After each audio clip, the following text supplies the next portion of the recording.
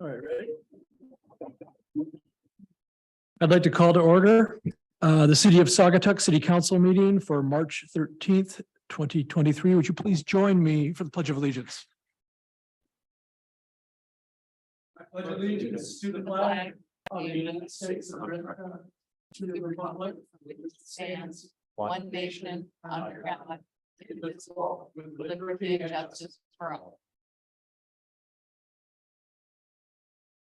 Would the clerk please call the roll? Baldwin. Here.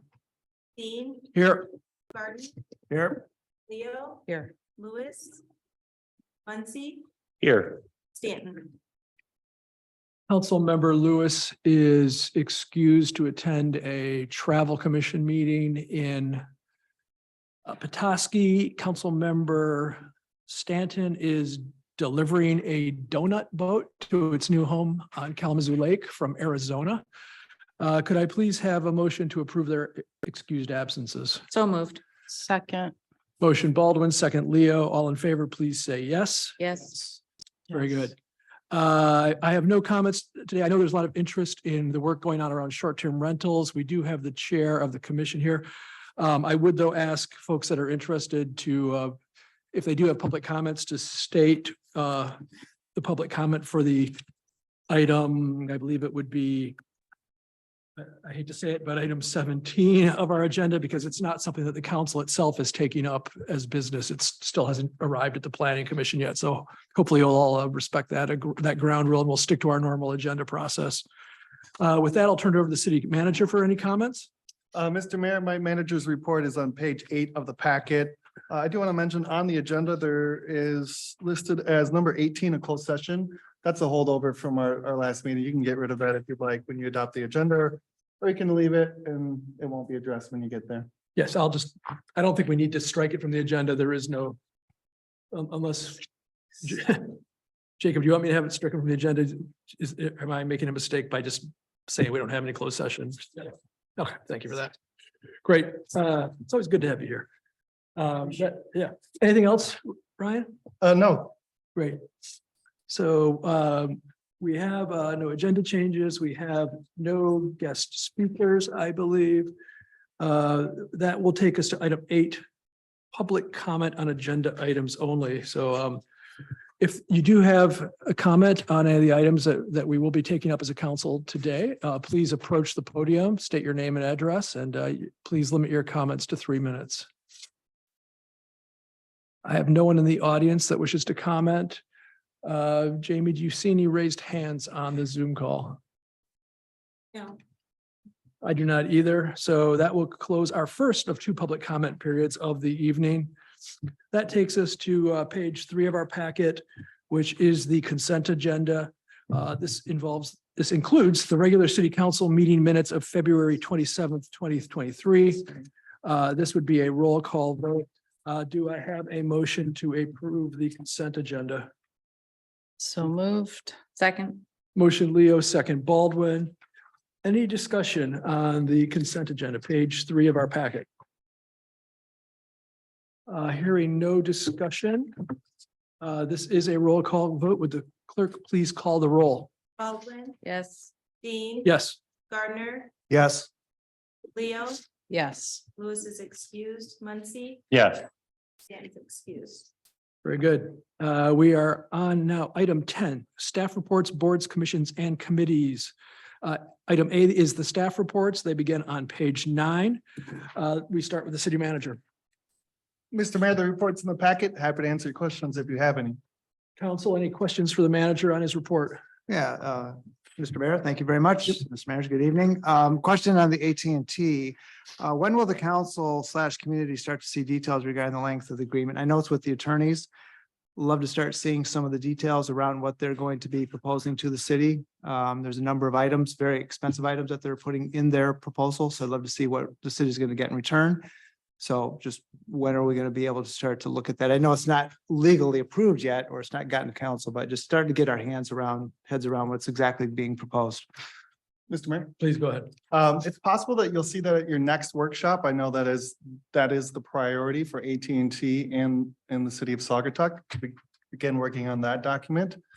So as early as next workshop, More likely at the following workshop. Thank you. You're welcome. Any other questions for the manager? If not, I'll move to item A2, which is the treasurer's report. Do we have Peter on the line? Peter has a conflict this evening. Okay, very good. I don't know if you're in a position to answer it, but does anybody in the council have any questions on the treasurer's report? More just a question again. Is it possible to see the bills at the workshop before the council meeting? There's a fair amount. Tonight's pretty light in terms of accounts payable, but it'd be a great opportunity to take a look at it in workshop and talk about it a little bit more. Is that possible for the treasurer to get that to us at a workshop? Do you mind taking that up? with the treasurer? I'll take it up with the treasurer, yeah. Thank you. Very good. Thank you. If nothing more on A2, let's go to A3. We don't have Ryan Cummins here. He returns tomorrow, but we do have the chair of the commission here. So I would invite Steve Mans to approach the podium, and anything you'd like to share on a highlight basis, Steve. I think there's a few things folks are interested in. Yes, thank you, Mr. Mayor. As Mr. Mayor said, my name is Steve Mans. I'm the Chair of the Planning Commission. And with Ryan being out, I just thought I would take a minute to kind of address what we're going to be discussing this Thursday within our packet, or within the packet that was put online last Thursday, March 9th. And I know that on Friday, we did receive a number of phone calls here to the City Hall, as well as to some of the members of council, as well as the Planning Commission, in regards to the items, because two of the items that are on there are potential moratoriums that will be considered for short-term rental applications, as well as waterfront development. And I asked Mr. Mayor today if we'd be able to kind of address the council, because we got some questions as to how that became part of the agenda. As we all know, in the press release that went out, it did clearly state that the top priority for Saugatuck City Council, as well as the Planning Commission for 2023, was to evaluate the short-term rentals as well as the waterfront development, or what we envision the waterfront to look like over the next 10 to 20 years as part of our overall plan and reviewing zoning. And then to make it consistent of like what we have done in the past, whenever the Planning Commission is asked to or decides to take a look at zoning laws, we have typically tried to put a kind of a hold, or in the legal terms, a moratorium in place.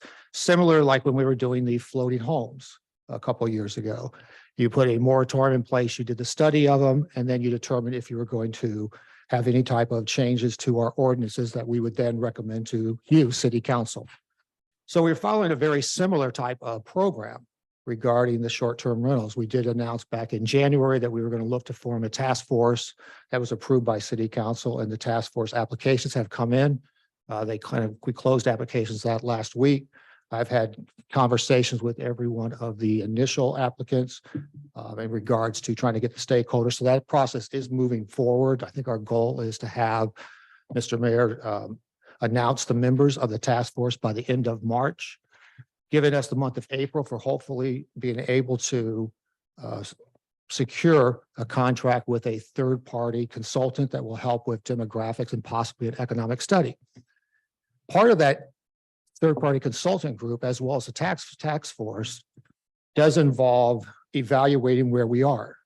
And there's all kinds of different numbers as to where we are. We think we know the number of licenses, but some third parties have said there's actually more than what we have licenses. So the idea was, just like with the floating homes or something, that you need to kind of stabilize things, have a stable base while you're doing the evaluation for the short-term rentals. Similarly, if we were evaluating zoning changes for the waterfront and somebody was thinking of making a proposal for a site plan review, to the Planning Commission, we would need to kind of put it on hold until we have the opportunity to really evaluate and have the study completed. So the idea was that the task force would then meet during the summer months, give us an executive summary by September, knowing that it would take 2 to 3 months for the Planning Commission as well as council to kind of review and make decisions on if anything was going to be necessary. The at least proposed moratorium on short-term rentals that's in the packet that we will be discussing at the Planning Commission meeting on Thursday night, talks about a 9-month, which would take us through the end of the year, but it's only a hold. We are still accepting short-term rental applications. They just would not be approved at this time. If renewals were to come, assuming that the moratorium was advanced past the Planning Commission onto you and then passed by council, it would be at 9 months. So I know that Jamie and the city staff are kind of, accepting, but then putting them into, before March 9th and after March 9th, as far as the short-term rentals go. So that is kind of the rationale for what we're going to be discussing, how it came about.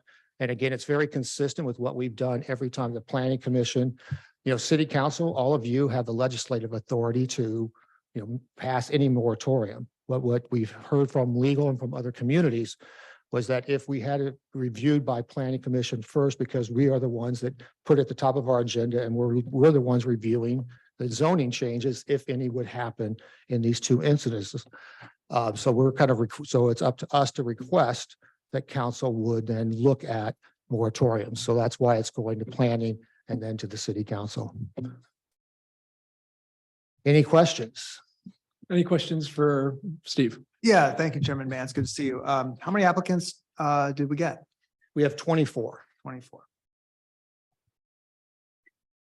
Just to clarify, that's for the short-term rental. Yes, task I'm sorry. force. For the task force.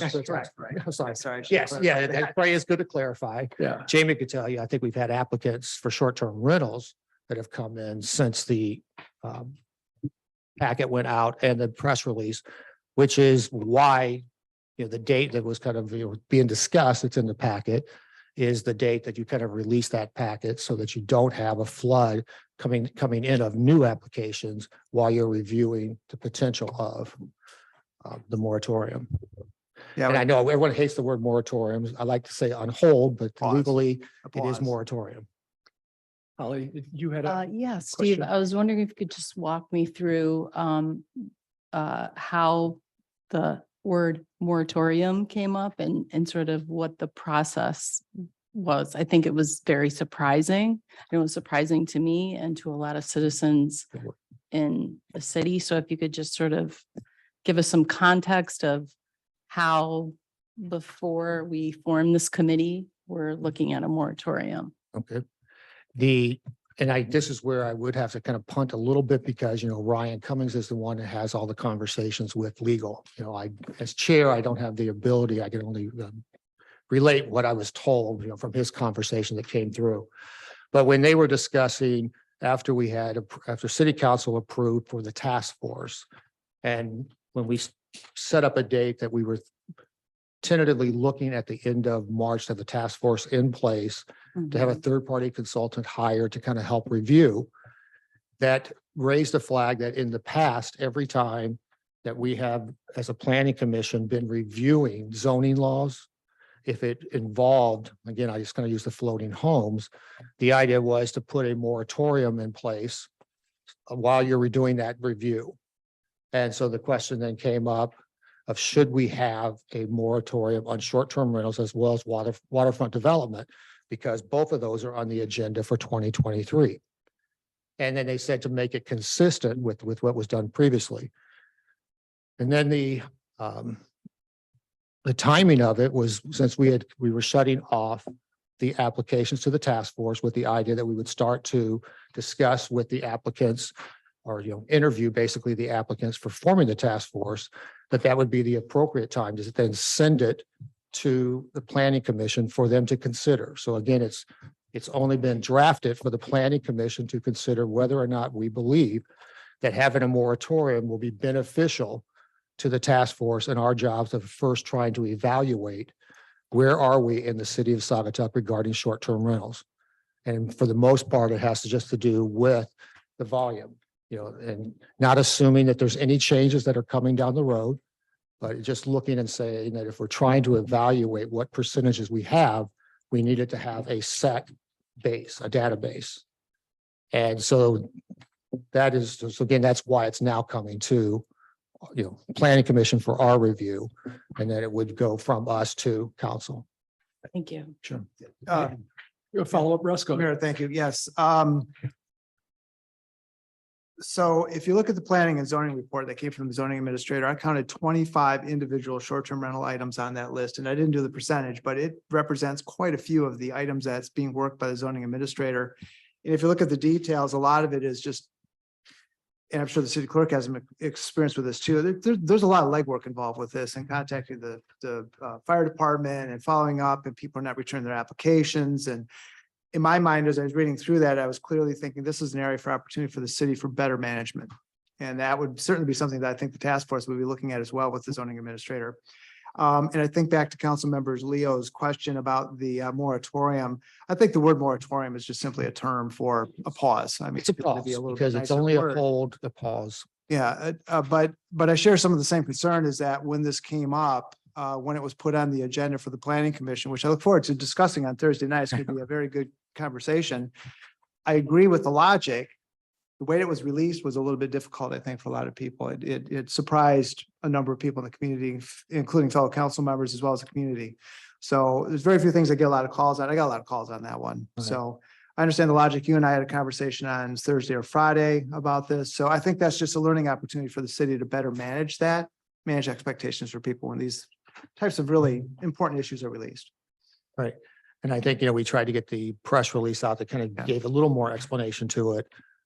On Friday, yes, in hindsight, it could have come out when the packet was released, on Thursday.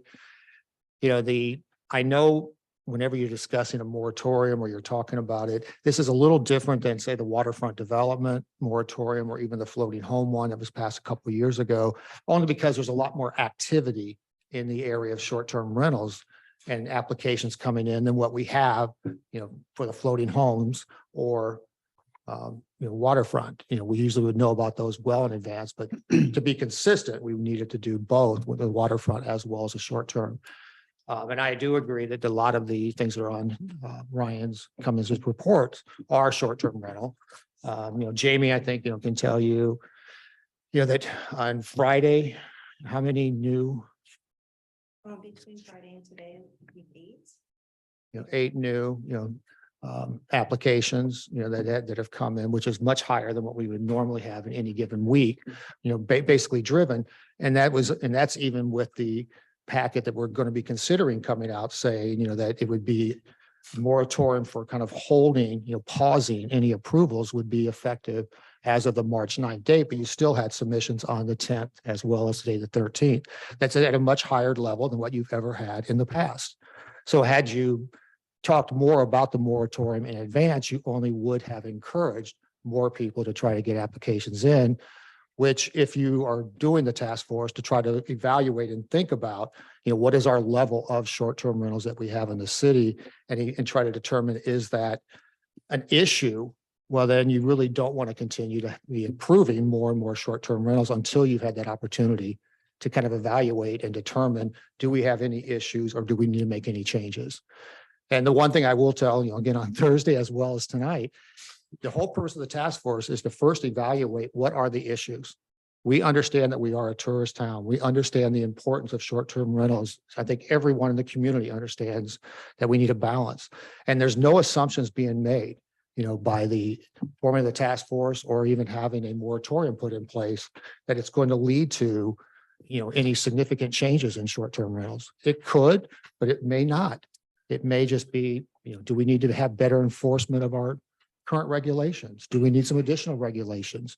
These are all things that will be determined, but during that time period, we at least need to have a temporary hold or a pause.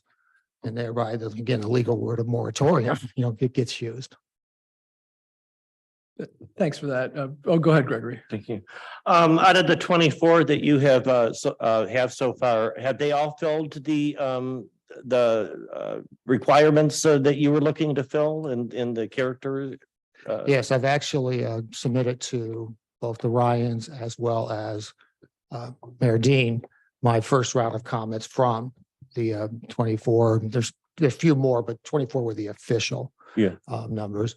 And even, is going to as far as kind of looking at each category and trying to determine, who do we think are really the 2 or 3 that kind of would stand out that give us the ability to kind of look like everyone was asking for diversity. So that all the stakeholder groups, are covered. Looking at residents, we have both residents and non-residents, that came in. And so I feel very comfortable that we will be able to put together a group that brings in a lot of different viewpoints and be well balanced between those viewpoints. So you found at least one person to fill all of those. Yes. That we We- talked, because remember, there was a little concern that we thought, well, maybe we can't find that person for that or. Yeah, this there's a person. couple of categories that end up being lighter, as Right, we okay. expected. We had the largest number of applicants for the task force came into the category of residents that are short-term rental owners or Mhm. that were positive on short-term rental. I believe that was approximately almost 40% of the applicants. Then the next largest group was residents who have a negative or who are not short-term rentals or have been affected negatively. And it was fairly well split amongst the other groups as far as business owner, realtor, property manager. And even in those situations, it was nice on the number of the applicants that fell into those groups. We have some that are currently involved or have themselves short-term rental, and we have others that don't, but they will give that same voice. The main thing that I know that Scott is going to be looking for, or Mr. Mayor is going to be looking for, as well as myself, is open-mindedness. Mhm. And when I had conversations with the applicants, and basically I phoned everyone just to thank them for their interest in serving, because it really is just a volunteer position. Much like mine, Right, right. which literally on Wednesday and Thursday, you're making those calls. I was like, this is volunteering.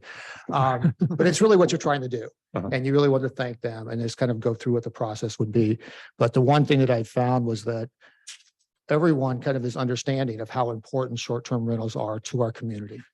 And I think when the task force members do meet, I could almost pick probably 20 of those 24. Sure. I can envision when they start to create their list, it's going to be a lot of things that we've heard, but it's going to be a lot of personal experiences of what they think their community. So I'm happy with the way that our stakeholder groups was laid out now. Like Councilman Russ, I also was surprised to see this in your packet. Because I hadn't seen it at a planning meeting discussed, word moratorium hadn't come up at any of the recent planning meetings. Was there a reason why it wasn't discussed with the planning commission before it was written? And Well, I guess I seem to recall that there was a couple of times when we were talking about the task force that we had referenced the fact that we may, have to go into reviewing whether we would need a moratorium to make it consistent like it was with floating homes. Now that, again, when without going back and looking at each of the meetings, I can't recall if that was kind of in discussion, Uh-huh. maybe before or after, so that's one of the things that I think I do remember one time when it came up, they said, no, you can't talk about it. You have to be at it when you talk with the task force next time. So I thought it was mentioned, but it would have been like the December one, when we were just kind of discussing if we were going to move forward with recommending a task Uh-huh. force. And again, when we were talking about the recommendation for the task force and trying to get it approved, I know we did not discuss the idea of the need for a moratorium. Mhm. Primarily, again, so that we didn't have kind of a rush for applications. And that's, so that was the idea behind it. right. And then finally, we had a little conversation before the meeting, and that was about the question that I'd heard from folks on about that they didn't feel that there was a public notice on the moratorium yet, and that it was predated for the 9th, and which you explained that, us as a board could change that date if we wanted to, right? Yeah, because, and again, and this is for you, but for anybody else who is listening or that will be part of our meeting on Thursday night, these are both drafts that have Okay, been sure. drafted by, the Ryans and our legal counsel for us to begin the conversation and our review of, if we wanted to have a moratorium, this is what it could look like. Yeah, I understand it's a draft. And then, so there's an opportunity for us to kind of review it. And then if it was approved by planning, then it will come before you. Mhm. And both in our group as well as, of course, yours, because the city council is the one that has the legislative ability to pass it. It could be revised, from the date. However, historically, what we've seen in other communities, Mhm. as well as here, is when we propose a moratorium, it's usually the date that we would say that applications or any activity would then go on hold is that date. Even if it's made effective by city council passing it at a later date, the effective date would still be. if city council, let's say that it's 2 weeks from now. Hmm. One, we have to make an assumption that it goes through planning this week. There's nothing given. If they did, and then it went to council and it was approved, there's nothing that says that you couldn't evaluate, that date. And you could even take into consideration how many applications have you had during that time period. There's possibilities, but to be safe, we said as of March 9th, which was the date that the packet was released, that we would then put everything into the hold or put it on a pause as of that March 9th date. So again, that's something that, we will be just talking about Thursday night within our group, as well as you'll have that same opportunity, assuming that it does get passed by planning and then comes before you. Thank you. Can I ask our attorney a question real quick? Would just about public notice, that an email, would that count as a public notice? If you send an email to folks that have subscribed to our emails for communications versus having a public notice in a newspaper, is that the same? Would it? Jake, go ahead. Take the podium. Thank you. So it depends on what it's a public notice for in the colloquial sense. I mean, sending out an email is providing notification. If you're talking about, is it like a public notice under OMA or the Michigan Zoning Enabling Act or something like that, there's different requirements for those notices. So an email would not satisfy the requirements, say, under the Zoning Enabling Act, because that requires published notice. Right. So I guess I'm not entirely sure what the scenario you're contemplating is as to an email. And I guess also at this stage, as I understand, the moratorium isn't adopted. It's a police power ordinance, so notice needs to be published after it's adopted. Okay, thank you for explaining. If there's an email earlier, that's kind of a colloquial kind of public courtesy notice, Mhm. but there's no But statutory. it doesn't count notice as a required public in notice. advance. That's all I That's wanted to correct. know. Thank you. Great. Thanks, Gregory. Anyone else for Steve? Steve, one more? Yeah, Mayor, I would just say, Steve, you are the right man for this role at this time. I really appreciate your professionalism. I've heard some feedback from a couple of applicants that have really appreciated your personal phone call and conversation. Thank you. This is a hard service to do. And, I think the council has your back, and the planning commission, I know, has your back. So we're in this together. And I've also heard from a couple of former council members, this is why they kick the can down the road, because of this. Exactly. And so we're moving in the right direction. We're not going to get everything perfect. But I think we're doing this together, and I think it's going to result in something that Saugatuck can be proud of. So thank you. Thank you, Russ. And I do think that was one of the things that, upon becoming chair last year, but upon even some of the new members in planning, we had said that one of our goals was to try to actually be a little more proactive in addressing some of the things that the community has asked us to address, more so than just doing site plan reviews or PUD reviews. And so this was an item, and I'm pleased to be able to go forward with it.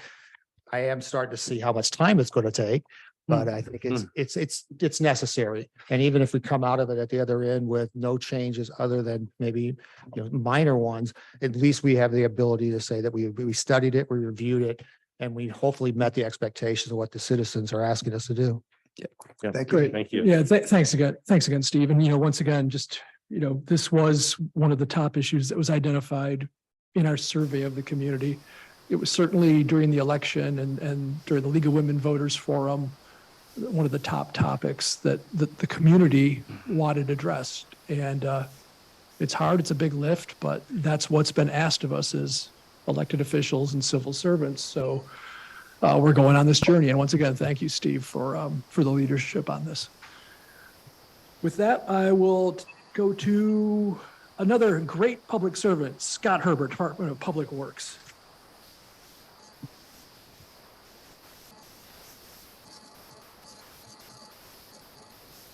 Hi, thank you, Mr. Mayor. Yeah, a lot going on with planning and zoning, likewise with Public Works. This time of year, as you can imagine, springtime, construction season's coming up.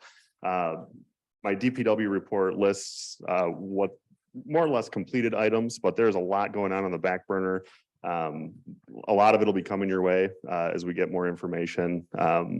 So that's really all I have to say for now. We've got road construction projects coming up. We're already getting complaints about potholes out there. So we do see them. We will be addressing them. And also like next week, brush and leaf pickup begins. So it's Wonderful. about to be very, very busy for us and winter just won't let us shake it. So that's all. If you have any questions about my report, happy to take them. Anything for the superintendent of DPW? Yes, thank you very much for being here this evening. When are we going to see a picture of this new swing set that's going out at Oval Beach? I'm super excited about that. That old one was past due. Yeah. So, and I know there's an anonymous donor that's paid for the installation of that. I'm excited to see it. Is there a way to maybe get a picture of it to the council, maybe our next meeting? or- Yeah, absolutely. Again, I try to withhold the info until tasks have been completed. So last week we poured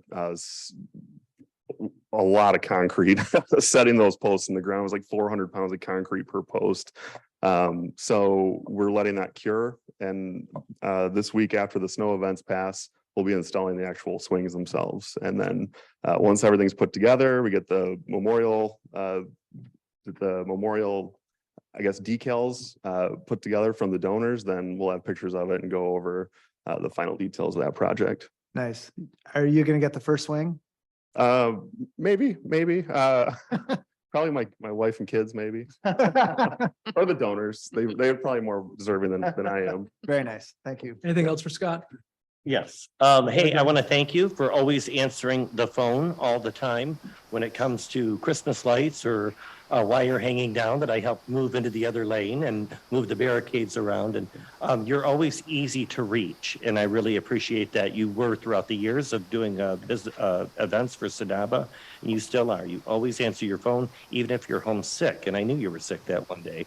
So, but I really appreciate it. Thank you very much. Yeah. Thank you very much, Scott. That takes us to item 5, police reports. Anything exceptional you'd like to report, Captain? No. Any questions for the captain? I don't see any. Thank you for being here, Captain. I don't believe Mr. Moxie is here. I don't see him on the Zoom. I don't see a hand. I don't hear anybody shouting. Ryan, anything that you think we should know about that maybe John may have shared with you for the engineer report? Thank you, Mr. Mayor. I do not, Okay. just for the record, his report is on page 21 and 22 of your package. Oh, wonderful. Thank you for that.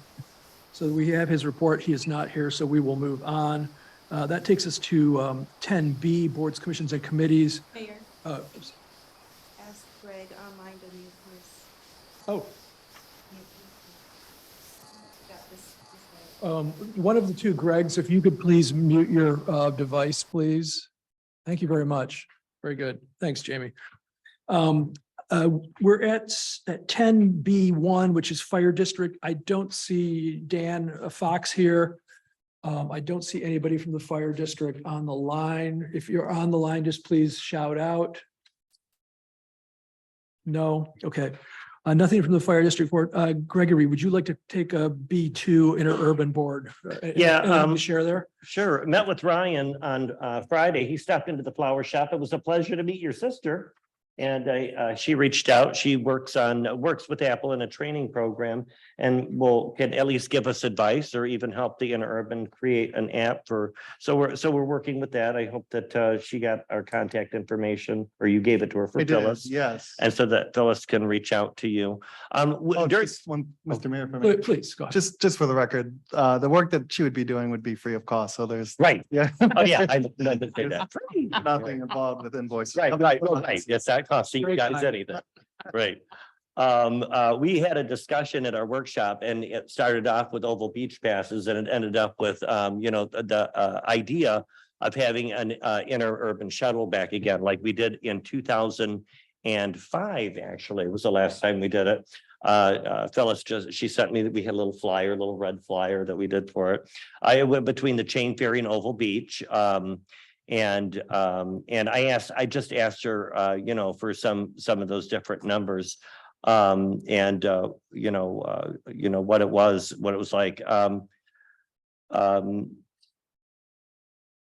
She let me know that last year we went to the Oval, we went to Oval Beach with the I'm sorry, back in 2005. We went to Oval Beach 83 times in June. We only did it that one year, 180 times in July and 107 times in August. Through that free shuttle service. And it was mostly one rider with a few groups of 2, 3, or 4 people. And so the issue and that the thing that we came up with that we think that would be better served for the city, because of how busy it is in the summer. And just to have one shuttle, I know it sounds like a lot, but just to have one shuttle for that service, it would be hard to find a time where we could give up a shuttle. We would offer it only in maybe like a 3 or 4 hour intervals. It's not something that we could probably employ all weekend long or all day. What we suggest is having a free shuttle service and having signage at our points here at the information booth, and then maybe one in Douglas where we'd like for them to be picked up, and say free shuttle ride provided by the city of Saugatuck. Just call so-and-so. So that when our bus drivers pick you up and we know that it's from that call, from that sign, and they're picking up there, we could charge per ride rather than a general fee at certain times, whatever times that we would decide. And I think that would best serve the intentions of having a shuttle service. And so I will get with Ryan and we'll discuss other possibilities and things that we could do. We just think, and we've had folks that do call for shuttle service in the past. We think it's more effective when you have them call direct for that ride, because those buses are there between 15 and 20 minutes. And so they're already going to the beach anyway. So chances are they'll be picking up those people and taking others that they picked up to take the beach as well at other spots. So Yeah, if you could continue the discussion, that'd be great. Yeah, wonderful. Thanks for that, Gregory. I don't see anyone from Cal Lake in the audience or online, so I believe don't hear anybody speaking on the Zoom. So that's a 3B. 4B, Lauren is on the Harbor Authority. She's been excused. I don't think we have anything there. ZBA, though, I believe we do have a representative from ZBA. I thought I saw someone. Yeah, this is Jim Bauk. I'm the vice chairman. Go ahead, Joe. Thanks. Didn't see Bob, you. he asked me to fill in. Yep. We did have a meeting in March. There was one item, the Wickwood Inn. It was approved. It was a dimensional variance. The details are in Ryan Cummins' report. We have been advised that we'll have multiple items for April's meeting. And we're working with Ryan Cummins and the city attorneys to develop a training program for the month of May, I think May the 18th, from 3:30 to 6:30. And that will be open for anybody that would like to attend. Great. Thanks, Jim. Any questions for Jim? Hearing none, we'll move to the second page of our agenda. Historic District, Councilmember Lewis is out, so I don't think we have anybody from the Historic Commission that wishes to comment. I don't see any hands raised or anybody speaking up. Planning Commission, we did hear from Steve Russ as the council member on planning. Anything you'd like to share? We meet this Thursday. I expect we'll have an audience. Yes, I think you're right. Great. On 8, Parks and Public Works, our council member there is Helen. Helen, anything you'd like to share on PPW? We continue to have our study groups do our fact finding and information gathering, and we will be meeting on the 28th, I believe. Very good. Number 9, Tri-Community Non-Motorized Trail Committee. Holly, anything you'd like to share? We had a stakeholders meeting on Friday. All 3 munis managers were there. We had C2AE engineering, Friends of the Blue Star, also Nancy Kimball from Parks and Public Works. So we just continue to get ready for the engineering phase and sort of get everyone aligned and reviewing cost percentages and just discussing details, intergovernmental agreements, et cetera. Great. So we're moving along. Thank you. Anything for Holly? No. Councilmember Lewis is excused, so nothing on the Tri-Community Recycling Ad Hoc Committee, although we're keeping that there as a placeholder in the hopes that we can do some other other good things around recycling and hazardous waste collection. We have no requests for payments. Item 11, that takes us to page 23 of our packets, which is item 12A, approval of accounts payable. We have accounts payable in the amount of $279,517.80. This will be a roll call vote. Do I have a motion to approve the accounts payable? So moved. Motion, I'll give the motion to Gardner, the second to Muncy. Any discussion? Mr. Mayor, I would just add that vast majority, I didn't run the percentages, are taxes, pass-through taxes. So Good point out, Russ. Thank you for that. Anything else? If not, this is a roll call vote. Would the clerk please call the roll? Baldwin, Yes. Dean. Yes. Gardner, yes. Leo, Yes. Lewis is excused, Muncy, Yes. Stanton's excused. Very good. Thank you. Takes us to 13 and 14, introduction of ordinances, public hearings, unfinished business. So 13, 14, 15, we have nothing there. Less than an hour, we're at new business. So 16A, this is the Chain Ferry Fair change request. This was briefly highlighted at the workshop last week. This will be a roll call. You can find more detail on page 28. Ryan, can I start off with you? And I notice we have Mr. Steele on the line as well. Should we need to ask him any questions? You certainly can, Mr. Mayor. Thank you. On page 28, just going to touch on this for the benefit of the audience. Sean Steele on the call, owner operator of Saugatuck Chain Ferry, is requesting an adjustment to the fares. The contractual relationship with Mr. Steele requires that any change to the fares come in front of you. And that's what we're doing today. We did help expedite this request because Mr. Steele is trying to get that the fares into the Visitor Bureau material. So there is a need for speed on this one. The charge, as it stands now, before the change, if you all decide to change it, is $2 per person with ages 2 and under free. They are now requesting $3 for passengers 11 and older, and $1 for children 10 and under. And I think if you're under 2, that's going to be free. Yes. Great. Thanks for setting that up. Before we have a discussion, do I have a sample motion to either approve or deny? Mr. Mayor, I'd like to make a motion to approve the change of fare from $2 per person with ages 2 and under free to $3 for passengers 11 years and older and $1 for children 10 years and under. Okay. Do I have a second? Okay, so I have a motion by Leo, seconded by Baldwin. Let's take the discussion now. Council members, any questions for Mr. Steele? Go, Gregory, you'd like to start? Yeah, I just wanted to ask, so that will it still be 2 and under will be free with the change? Because that's not in the motion right now. It's in the motion. It's in the motion. I just. It's a read. little confusing because I think, yeah, the existing fares clearly identified Yeah, 2 and under, but the Currently. yeah, well, it's a good clarifying Currently, question. The two. sample motion's a little confusing. Okay, all right. I was just curious. No, it's a good. So question. it'll still be 2 and under free. You want to ask Sean, Mr. Mayor? Yeah, Sean, do you want to address that? You're off mute now. Yes, you're correct. Okay, thank you. Great. Any other questions for Sean?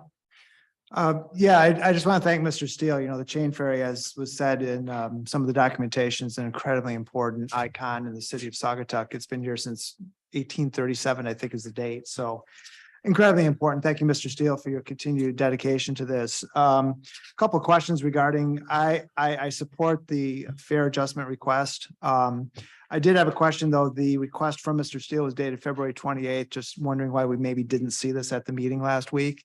Was it in hand in time for us to discuss at the workshop? Mr. Steele, do you remember how that went down? I know you reached out a couple times when we finally connected. I think we were just in time for the workshop.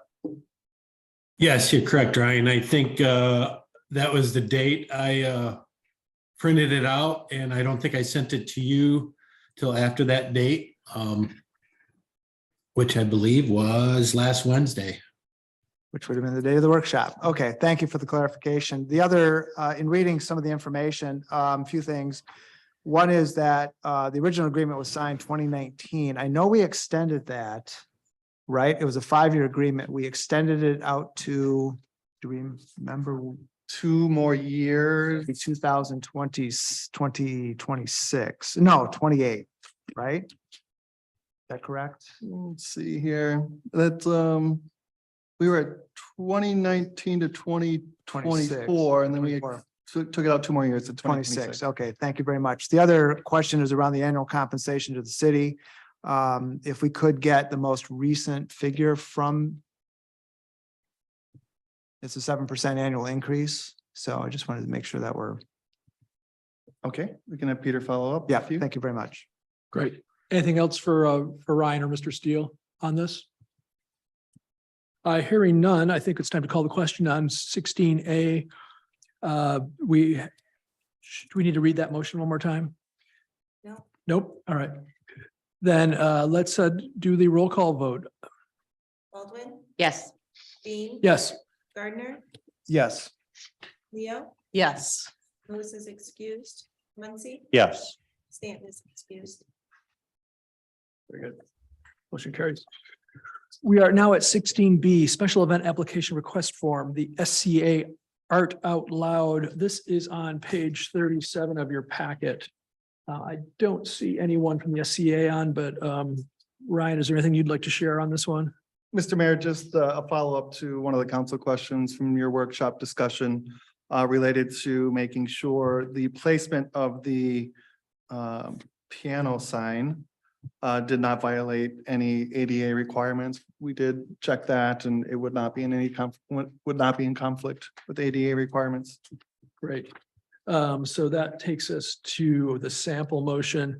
Do I have a motion to approve or deny this for any further discussion? Mr. Mayor, Go ahead. motion Yes. to approve the signage request from the Saugatuck Center for the Arts to place a banner under the Saugatuck Palette sign, temporary yard signs displayed within the right of way and an upright piano on the corner of Butler and Hoffman Streets to advertise the Art Out Loud featuring Mountain Film on tour. I'll second that. Motion Baldwin, second Muncy. That opens it up for discussion. I will say, just by happenstance, Gregory and I met on the way to the meeting. We were both looking at the location, and Gregory confirmed for me that based on the moving of it, there's a picture in the packet that seems to put it smack dab in front of Landshark's door. It's not. It will be kind of closer to the window. And I think, Gregory, you noted that it would be at least 6 feet, which should easily accommodate anybody that has mobility issues. Yeah, I measured it, and a standard is 6 feet for 5 to 6 feet for mobility issues. So there's plenty of room to move around. Very good. Any other comments or questions from council? Yeah, Mr. Mayor, there was a comment in the letter from SCA about if the city would choose to remove the wheels from the piano. Mm. And I'm just thinking that might be something we want to ask that they do, because that corner is pretty popular, and some late night festivities and so forth. I can just see that being a manner of conveyance down the street. I can see. Mhm. So Yeah, I that's, think it might be worthwhile saying, please remove the wheels so it's stationary, it doesn't get moved. I'm seeing a lot of nods around council. Ryan, do you mind No problem. relaying that to the crew at the SCA? That's great. Thank you. Thank you. The other question too is just, I anticipate that there might be some questions because this is in the public right away, though it is ADA compliant. I can see that there might be some other businesses around town that might question the validity of that. Now, this is a temporary, it's really not a sign per se, a sign in the normal sense. But I can see where there might be some conversations that might come to us from other businesses that saying, why can't I do that? So I think it's important for us to make sure that we clearly state that this is a temporary sign per the ordinance. And the sign's very specific about what it allows and doesn't allow. So I just want to make sure we're on. So when that question, maybe it won't come up, but I just anticipate it might. Fair point. Fair point. Ryan, I think you're well positioned to, and Jamie to address those questions should they come in. Anything else on this, council? I think that we're ready then to vote on this. So it is, and once again, this is a voice vote. So all in favor, please say yes. Yes. Yes. All opposed, say no. None. Motion carries. We're at 16C, special event application request form Venetian Festival. You'll find this one on 46. It's also a voice vote. Mayor, I'd like to make a motion to approve the Venetian Festival to take place from July 28th through July 30th, 2023, organized by the Rotary Club of Saugatuck Douglas contingent on approval from fire, police, and DPW after safety meeting is conducted. I'll second I have that. a motion, Leo, seconded by Muncy. Great. Any discussion on this? Mr. Mayor, just more of something I noticed on page 47 is probably autocorrect on the document. RCSD is Rotary Club Saugatuck Douglas, and then in the second two paragraphs, the last paragraphs, this is SDRC. So is that just it's not a different organization, is my question. Can you bring it up, clerk? Yeah, see where it says SDRC? I just want to make sure it's not it's probably just autocorrect. It's probably That's what's correct. happening. It So, should be yeah. Rotary Club of Saugatuck Douglas. Yes. Okay. Okay, great. And that's not in the motion. So, okay, great. Anything else? Great. This is a voice vote. All in favor, please say yes. Yes. Yes. Any opposed? None opposed. Motion carries. We are at 16D, Mount Baldhead Engineering Proposal. This is on page 54 and a roll call item for us. Ryan, do you want to kick this one off or? Mr. Mayor, I'm going to take you straight to the motion. Okay. very good. Recommended motion would be to approve or deny Mount Baldhead conceptual planning proposal from Fleece and Vanderbrink in an amount not to exceed 15,000. Authorize mayor or mayor pro tem to execute subject to final staff approval. Great. Do I have a motion? Mayor, I'll make a motion to approve Mount Baldhead conceptual planning proposal from Fleiss and Vandenbrink in an amount not to exceed $15,000. Authorize mayor or mayor pro tem to execute subject to final staff approval. Second. Motion Leo, second Baldwin. Discussion. Yeah, Mr. Mayor, I would just, for those that were not at the workshop on Wednesday, there was a fair amount of discussion about this proposal, which I'm in support of. There's been a lot of information that's been collected and studies done on Mount Baldhead, and I understand that the Fleece and Vandenbrink, as well as the city manager, began to collect those because that will actually get us a further along the road in terms of what's been considered for Mount Baldhead. So just to encourage us to use any information we've collected in the past and information from citizens that have worked on this in the past to use that going forward. So there's a lot of great ideas already out there. So Thank you for that, Councilman. Anything else from the council? Any other thoughts, comments? Hearing none, this is a roll call vote. Would the clerk please call the roll? Baldwin, Yes. Dean, Yes. Gardner. yes. Leo, Yes. Lewis is excused, Muncy, Yes. excused. Very good. Motion carries. 16E, resolution 230313-A, fee schedule. This is on page 58 of our packet. This was brought to us, actually, this is our third meeting we've discussed this. This was brought to us by Ryan Cummins. Ryan, do you want to tee up anything here, or should we just go straight to the motion and discussion? Mr. Mayor, I'd recommend that you go straight to the motion and discussion. Okay, do I have a motion to approve? Mr. Mayor, motion to approve resolution 230313A, a change in the city's schedule of fees. Do I have a second? Second. Motion Baldwin, second Leo, discussion. Anyone? Discussion? This is the third meeting I think we've taken this up, so Yeah. it's a complicated one, but go ahead, Gregory. Thank you, Ryan. I appreciate the time that you took to give us all, oh, he's not even here. He took a lot of time. This is our third meeting. It was brought to a council meeting and then brought to a workshop. And I was glad that we had the time, being a new council member. I was glad that we had the time to look through his process and share with the public his process as well of how he came to the conclusion of the fees. I'd gotten lots of questions from folks in town about the high raise and why are they going up so high. With his explanation, it satisfied me to go forward and support this change. We hadn't raised these fees in about 20 years. There's been, a question about, well, maybe there was one or two fees that had been raised. I couldn't see where anything's really been touched in about 20 years. And then doing the math of what it takes for everyone to do, to get these things done, really made sense. we're still not covering, these fees still do not cover all the work that goes into permits and bringing them to all these meetings and having more meetings. That costs money. And unfortunately, things cost money. And again, these fees do not cover all of the money that it costs to do what's here. Because the taxpayers, we are using some of the tax money as well to cover those expenses. But that was a lot of the taxpayers' money we were using before for folks that wanted to build a new business or a house in town. So I appreciate Ryan's time and explaining that. And I hope that as we go forward, when things like this happen, that we always get this to a workshop so we can discuss them, especially to folks like me who are serving. I'm new to council and I'm new to serving. And I would think that Helen would appreciate that as well. Thanks, Gregory. Yep. Any other council members wish to comment on this item? Yeah, Mr. Mayor, thank you. We discussed this, as we said, this is, I think, our third talk through this. There's a bit of sticker shock here for the community. I've had a few residents that reached out to me that have expressed their concern with this. The explanation is that we have not raised fees for a number of years, which does not reflect the current cost of doing business in the city of Saugatuck and in this environment. I would have preferred that we would have maybe graduated this in, but I know that's not where council is landing on this. I again realize there are people in town here who this will be a burden for some folks. It will be a financial burden for some folks.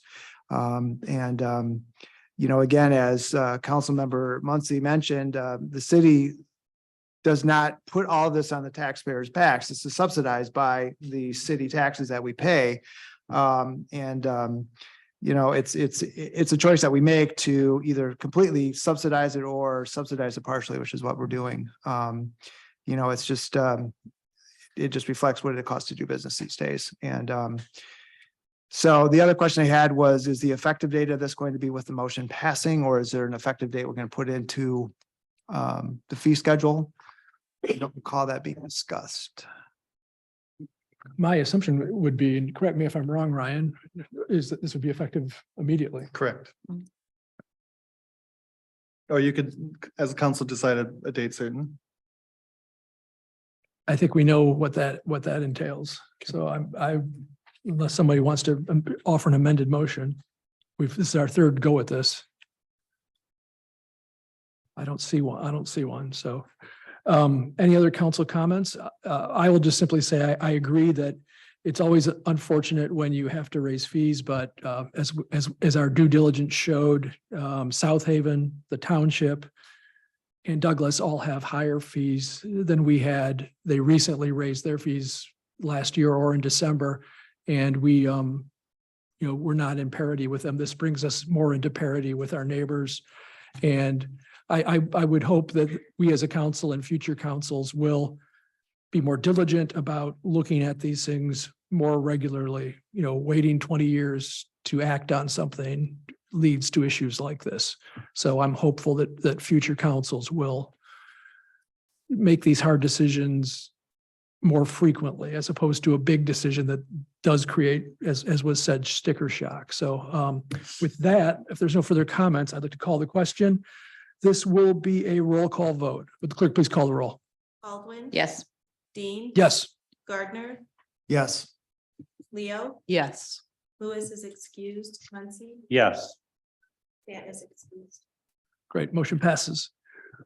16F, Resolution 230313-B, Fen Valley Social District on page 81. This will be a voice call, a little bit of a sweeter item on this item.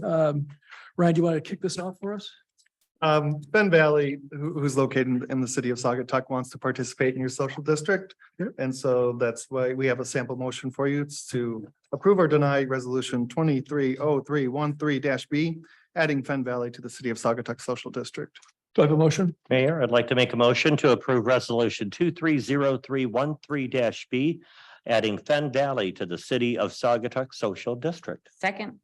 Motion Muncy, second Baldwin. Any discussion on this?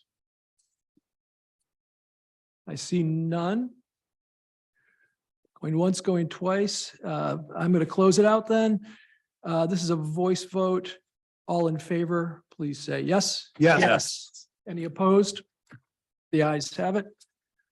This takes us to the final item of new business. This is the Utz Wicks Park boat slip. I am going to recuse myself from this discussion and the vote.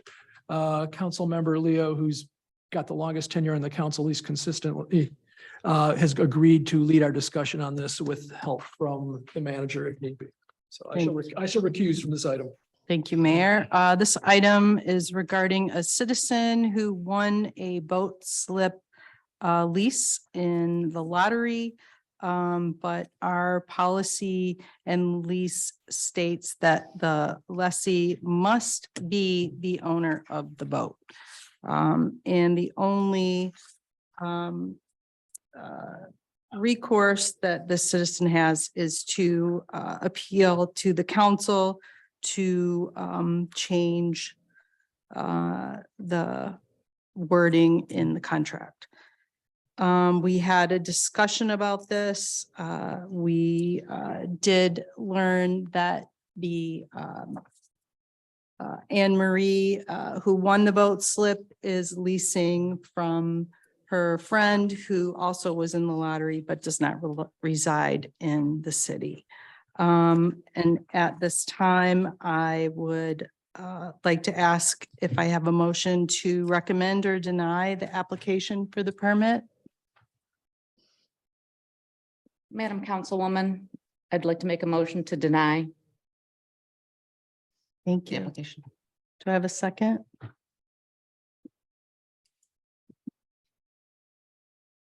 I can second it, yes. I'll second. You could have. Okay, all right.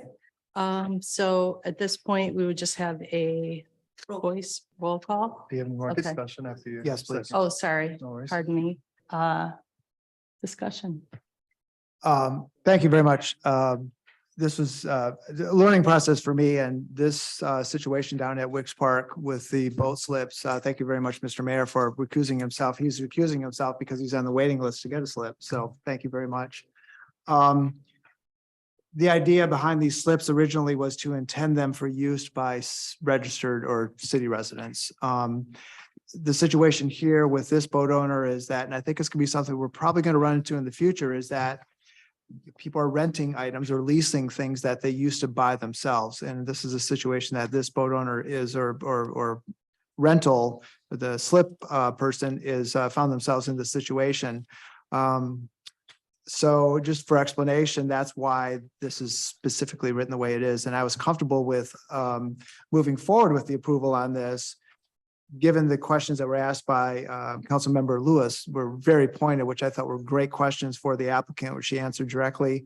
Kind of a difficult situation. Did not want to set a precedent on this either, but I was comfortable with making a specific amendment to this agreement. So it was an exception, not a practice going forward.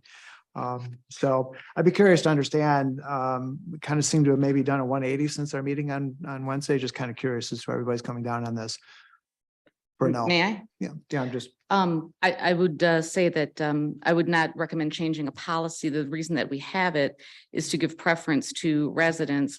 The pointed questions that were very good that were proposed by Councilmember Lewis got us to the update that the owner of the boat had not won a slip and was not a resident, and then was then leasing the boat to the resident, which in my view looks like it would open the door to workarounds on what we have as our policy. And that's why I would move to deny. thank you. And I have to agree with Ms. Baldwin about that as well. There's a reason why we have that law. You know, there were just a few things, and I'll say, understanding that they both filed the same day.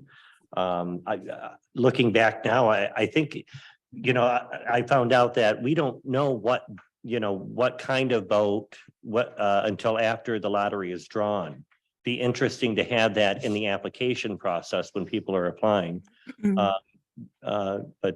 And then also talking to Anne Marie, she also mentioned that yes, they would be spending time on the boat themselves because they are friends, which I understand. I guess if you're leasing a boat, then wouldn't the insurance and registration, wouldn't that be, instead of, it was in the owner's name is what I understand.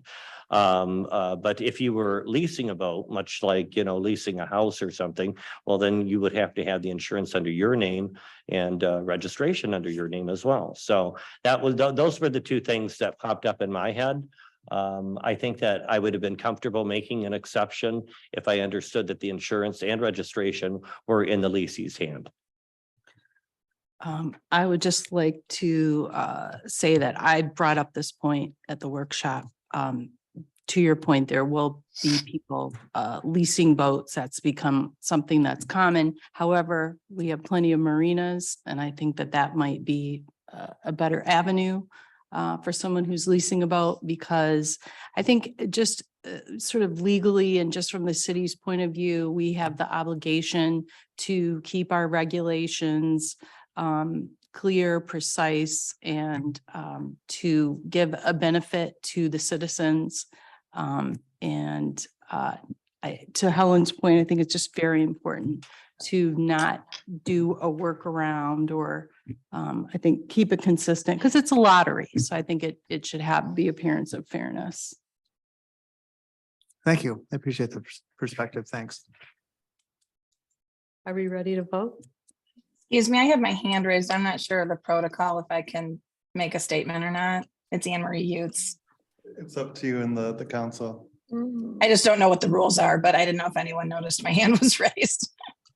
Yeah, it's typically not a open session at this point, but I mean, there's only one applicant, so you could you know what? call on her if you'd like. I was just I gonna say guess thank you for considering this. That's all I was gonna say. Okay, yeah.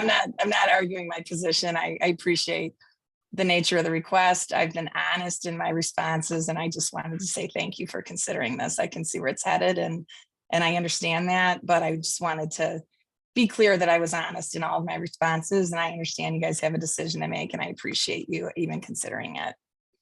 Thanks, Anne Marie. And we do appreciate how engaged you've been in the process. And it's definitely been a very pleasant back and forth, and you have been quite honest about everything. So Thank you. thank you for your participation. I appreciate all your service, believe me. Thanks, Anne Marie. Okay, are we good? All right, let's go ahead and have the roll call. Baldwin, Yes. Yes to deny. Gardner, Yes. Leo, Yes. Lewis is excused, Muncy, Yes. Stanton is excused.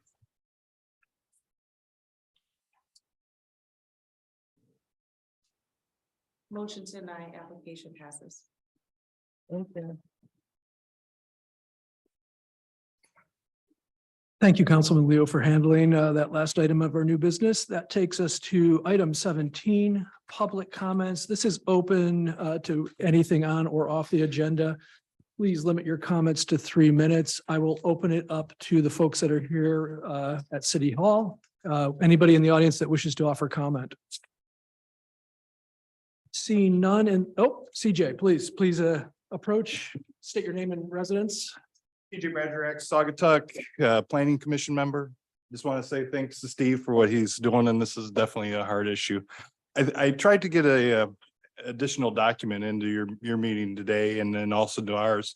The economic impact is something that should be considered maybe before we shut down a significant driver of the economy, even on hold for the moratorium.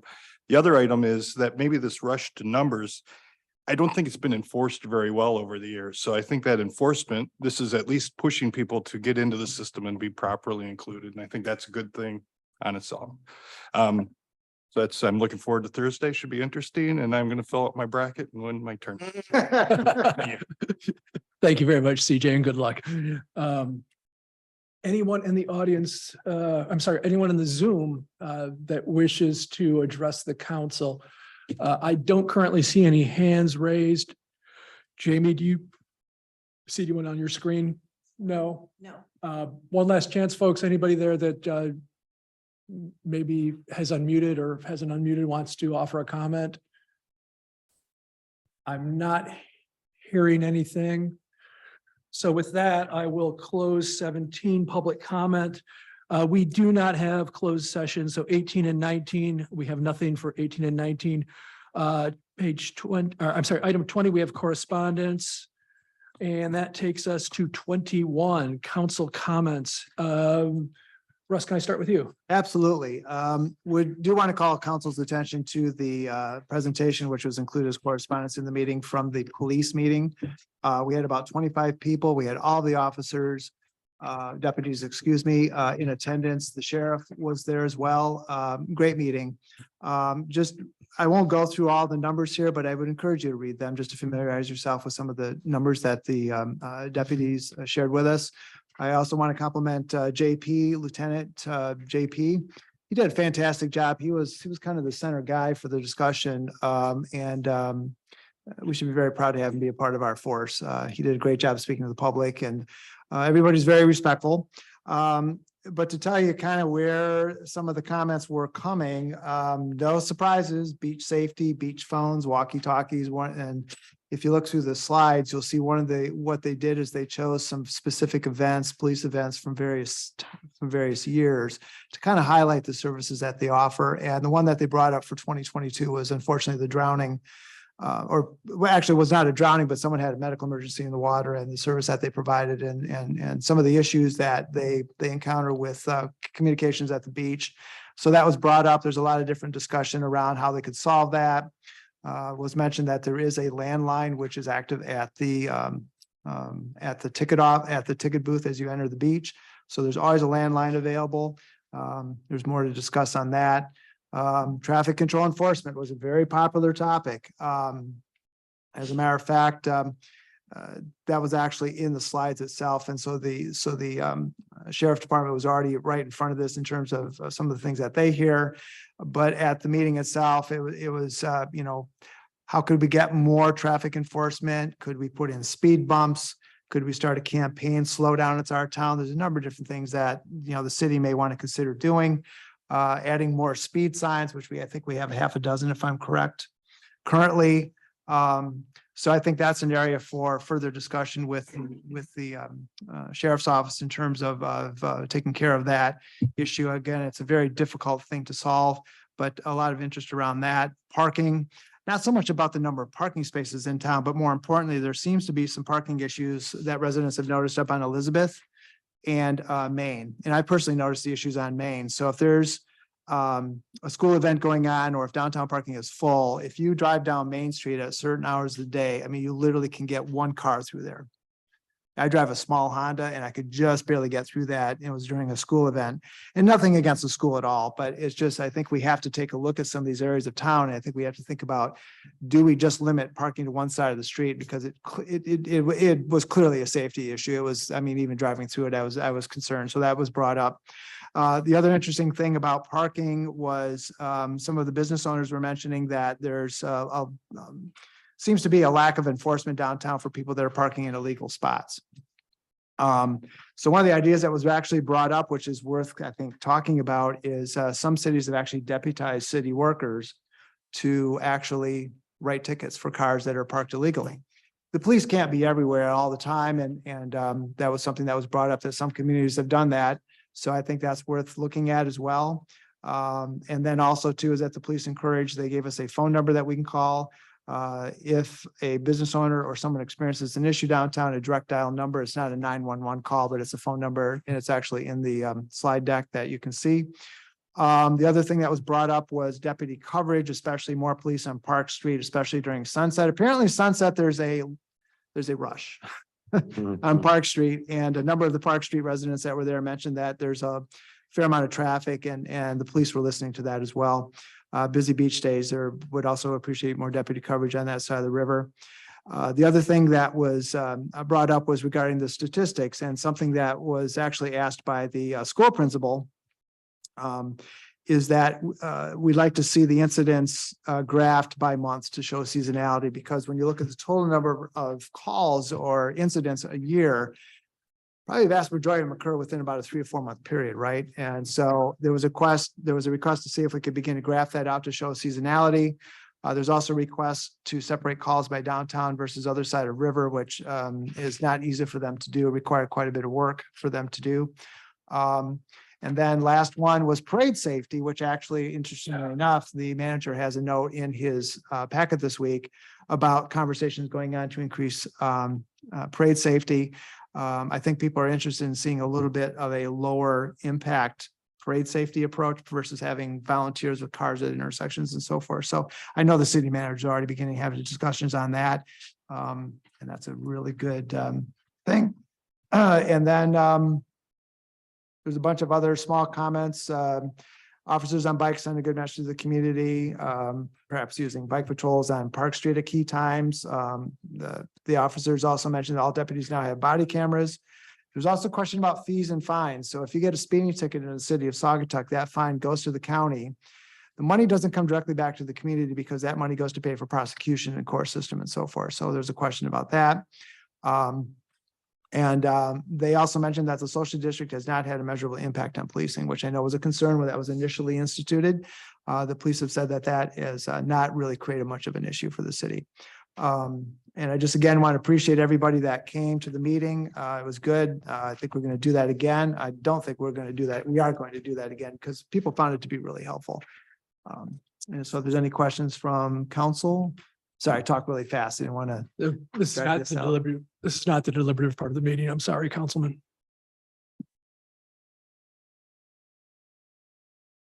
Anything yeah, further? Yeah, I do. Thank you.